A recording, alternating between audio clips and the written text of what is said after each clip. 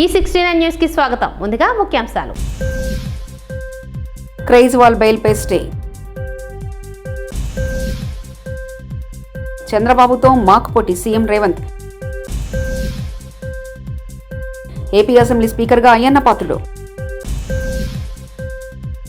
సీఎంగానే అసెంబ్లీలో వస్తా అని ఆ రోజే చెప్పా చంద్రబాబు. ఇకపై మీకు తిట్టే అవకాశం లేదు. సభలో నవ్వులు పోయించిన పవన్ ప్రసంగం. ఢిల్లీ సీఎం కేజ్రీవాల్ను స్థానిక కోర్టు మంజూరు చేసిన బెయిల్పై ఢిల్లీ హైకోర్టు తాత్కాలికంగా స్టే విధించింది. దీంతో శుక్రవారం తీహార్ జైలు నుంచి విడుదల కావాల్సిన కేజ్రీవాల్ జైల్లో ఉండిపోయారు.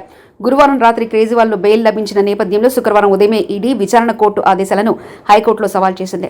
జస్టిస్ సుధీర్ కుమార్ జైన్ దీనిపై విచారణ చేపట్టారు. ఈ సందర్భంగా ఈడీ తరఫున వాదనలు వినిపించిన అడిషనల్ సొలిసిటర్ జనరల్ ఎస్వి రాజు కేజ్రీవాల్కు బెయిల్ మంజూరు చేసిన విచారణ కోర్టు న్యాయాధికారి నియం బిందుపై తీవ్ర ఆరోపణలు చేశారు. తనకు పూర్తిగా వాదనలు వినిపించడానికి అవకాశం ఇవ్వలేదన్నారు. అభివృద్ధి సంక్షేమంలో ఏపీ సీఎం చంద్రబాబుతోనే తమకు పోటీ అని ముఖ్యమంత్రి రేవంత్ రెడ్డి తెలిపారు. గతంలో రోజుకు 12 గంటలు పనిచేస్తే సరిపోతుందని భావించానని, అయితే ఏపీకి చంద్రబాబు సీఎం అయ్యాక రోజుకు 18 గంటలు పనిచేయాలని నిర్ణయించుకున్నానని చెప్పారు. ఎన్టీఆర్ ప్రారంభించిన టీడీపీ ద్వారానే తాము నేడు ఈ స్థాయికి చేరుకున్నామని, వారిపై గౌరవం ఎల్లప్పుడూ ఉంటుందని వెల్లడించారు. ముఖ్యమంత్రిగా బాధ్యత చేపట్టిన తర్వాత అభివృద్ధిలో, సంక్షేమంలో వారితో పోటీ పడి ఈ రాష్ట్రాన్ని ముందుకు నడిపించే అవకాశం నాకు వచ్చింది.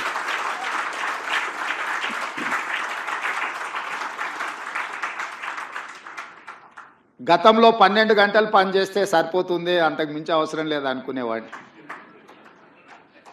కానీ ఇప్పుడు వారు 18 గంటలు పనిచేస్తే నేను 12 గంటలతో సరిపెడితే కుదరదు. కాబట్టి మా అధికారులకు, మా సహచరులకు మనం కూడా 18 గంటలు పని చేయాల్సిందే. అభివృద్ధి విషయంలో, సంక్షేమం విషయంలో పోటీపడి ఈ 2 తెలుగు రాష్ట్రాలు ప్రపంచానికే ఒక రోల్ మోడల్గా నిలబడాలి అని నేను భావిస్తున్నాను. ఆ దిశగా మా ఆలోచన, మా విధానాలు, మా నిర్ణయం ఉంటుంది. ఆంధ్రప్రదేశ్ శాసనసభాపతిగా సీనియర్ ఎమ్మెల్యే చింతకాయల అయ్యన్న పాత్రుడు ఏకగ్రీవంగా ఎన్నికయ్యారు. ఆయన ఎన్నికను ప్రొటెం స్పీకర్ గోరట్ల బుచ్చయ్య చౌదరి సభలో అధికారికంగా ప్రకటించారు. అనంతరం ఆయనను ముఖ్యమంత్రి చంద్రబాబు, ఉప ముఖ్యమంత్రి పవన్ కళ్యాణ్ సభాపతి స్థానంలో కూర్చోబెట్టారు. సభకు నేను తెలియపరుస్తా ఉన్నాను. 1 చింతకాయల అయ్యన్న పాత్రుడు, ప్రతిపాదకున్న పేరు శ్రీ కొణిదెల పవన్ కళ్యాణ్ గారు. 2 శ్రీ చింతకాయల అయ్యన్న పాత్రుడు గారు, ప్రతిపాదకున్న పేరు శ్రీ నారా లోకేష్ గారు.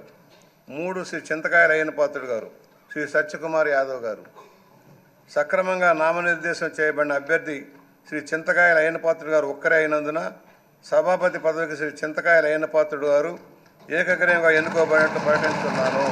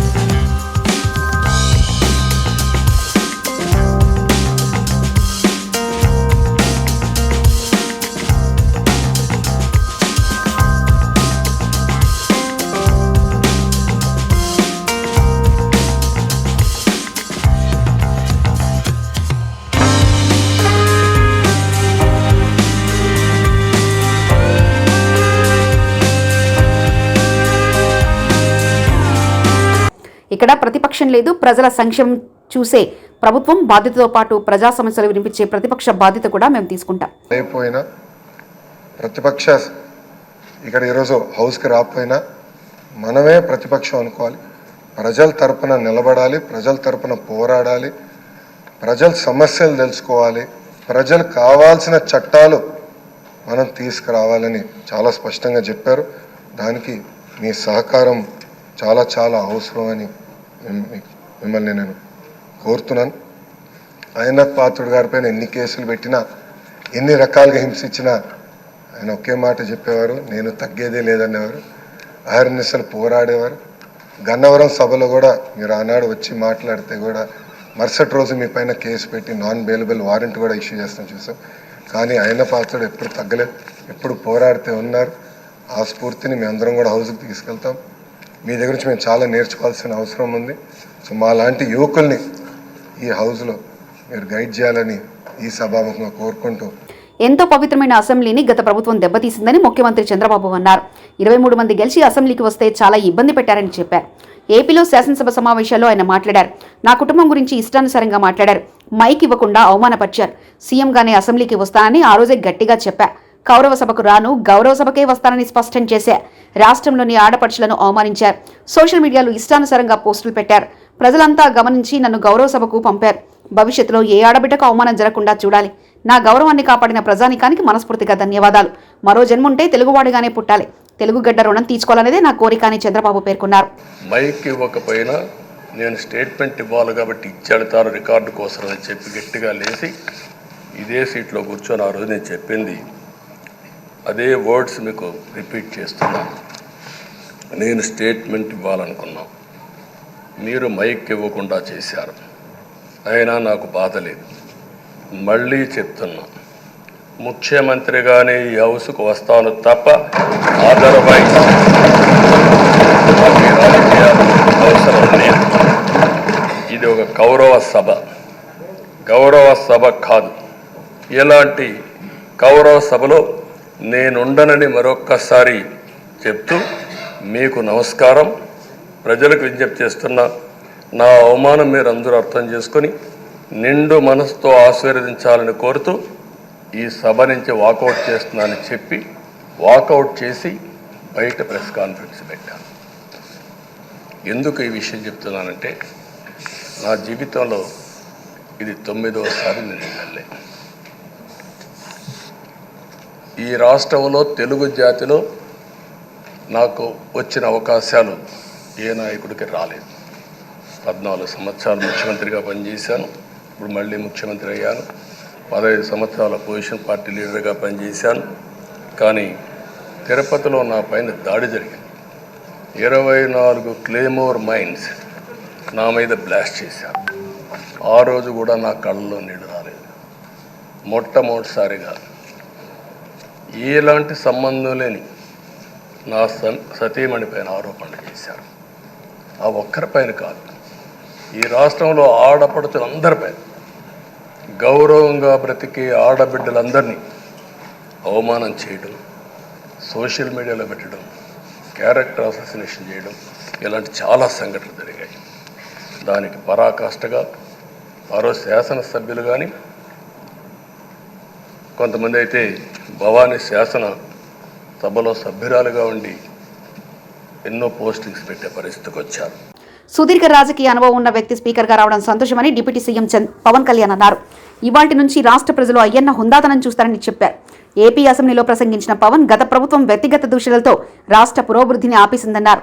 భాష మనుషులను కలపడానికి కానీ విడగొట్టడానికి కాదని సూచించారు. ఎంత జటిల సమస్య అయినా చర్చల ద్వారా పరిష్కరించుకోవచ్చని పవన్ కళ్యాణ్ తెలిపారు. హృదయపూర్వక నమస్కారాలు, మీకు శుభాకాంక్షలు.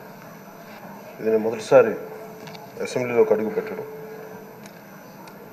ఇలాంటి సుదీర్ఘ రాజకీయ అనుభవం ఉన్న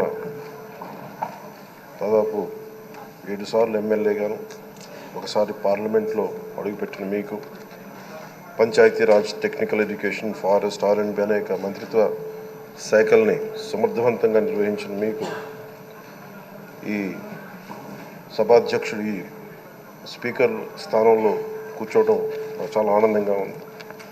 ఇన్ని దశాబ్దాలు ప్రజలు రాజకీయ జీవనంలో ఇన్ని దశాబ్దాలు ప్రజలు మీ వాడి వేడి చూశారు.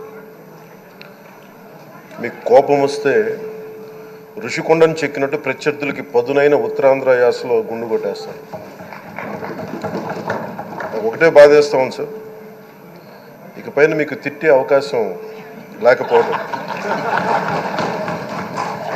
కానీ ఇక మీద సభలో ఎవరు తిడుతున్నా దాన్ని ఆఫ్ చేసే బాధ్యత మీ చేతిలోనే ఉంది. మీరే మైక్ ఆఫ్ చేయాలి.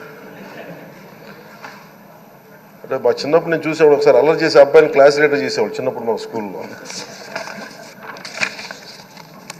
కానీ ఇన్నాళ్ళు ప్రజలు మీ వాడి వేడి పలుకులు, మీ ఘాటైన వాగ్ధాటి చూశారు. ఈ రోజు నుంచి రాష్ట్ర ప్రజలు మీ హుందాతనం చూస్తారు.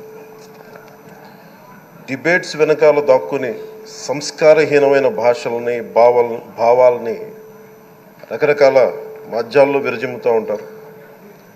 దాని నియంత్రణ మీ ఏపీలో మొదలైన టీడీపీ కూటమి విధ్వంస పాలన. తాడేపల్లిలోని నిర్మాణంలో ఉన్న వైఎస్ఆర్ కాంగ్రెస్ పార్టీ కార్యాలయం కూల్చివేత. ఉదయం 5:30 సమయంలో కూల్చివేత ప్రారంభం. ప్రొక్రెయిన్లు, బుల్డోజర్లతో భవనాన్ని కూల్చివేత. స్లాబ్కు సిద్ధంగా ఉన్న భవనాన్ని కూల్చివేస్తున్న అధికారులు కూల్చివేతకు సిఆర్డీఏ ప్రిలిమినరీ ప్రొసీడింగ్స్ను సవాల్ చేస్తూ నిన్న హైకోర్టును ఆశ్రయించారు వైఎస్ఆర్సీపీ.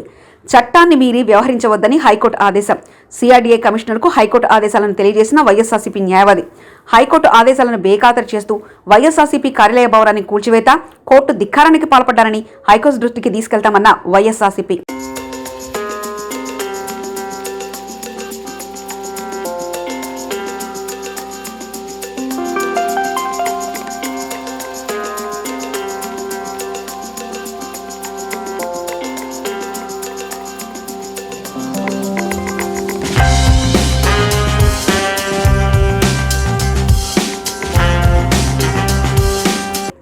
విశాఖ ఎండాడ వైసీపీ పార్టీ కార్యాలయానికి జీవీఎంసీ సిబ్బంది అంటించిన నోటీసును చించివేసిన మాజీ మంత్రి గుడివాడ అమర్నాథ్.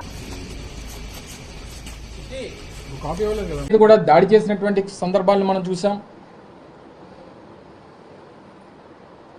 ఏ రకంగా నిన్న మన ఉమ్మడి విశాఖపట్నం జిల్లా చోడవరం నియోజకవర్గంలో ఒక శిలాఫలకాన్ని సహజంగా ప్రభుత్వంలో ఉన్నటువంటి ప్రజాప్రతినిధులు ఆ ప్రభుత్వానికి సంబంధించినటువంటి నిర్ణయాల్లో భాగంగా నిర్మించినటువంటి భవనాలకు సంబంధించినటువంటి శిలాఫలకాలని పూర్తిగా ధ్వంసం చేసి, ఇక్కడే కాదు అనేక ప్రాంతాల్లో రాష్ట్ర వ్యాప్తంగా చేస్తున్నటువంటి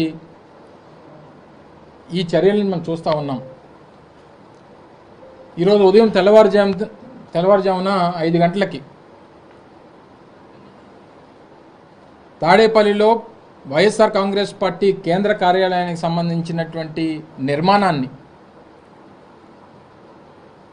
8 సంవత్సరాలు ఈ రాష్ట్రంలో ప్రతిపక్ష పార్టీగా, గడిచినటువంటి 5 సంవత్సరాల అధికార పార్టీగా,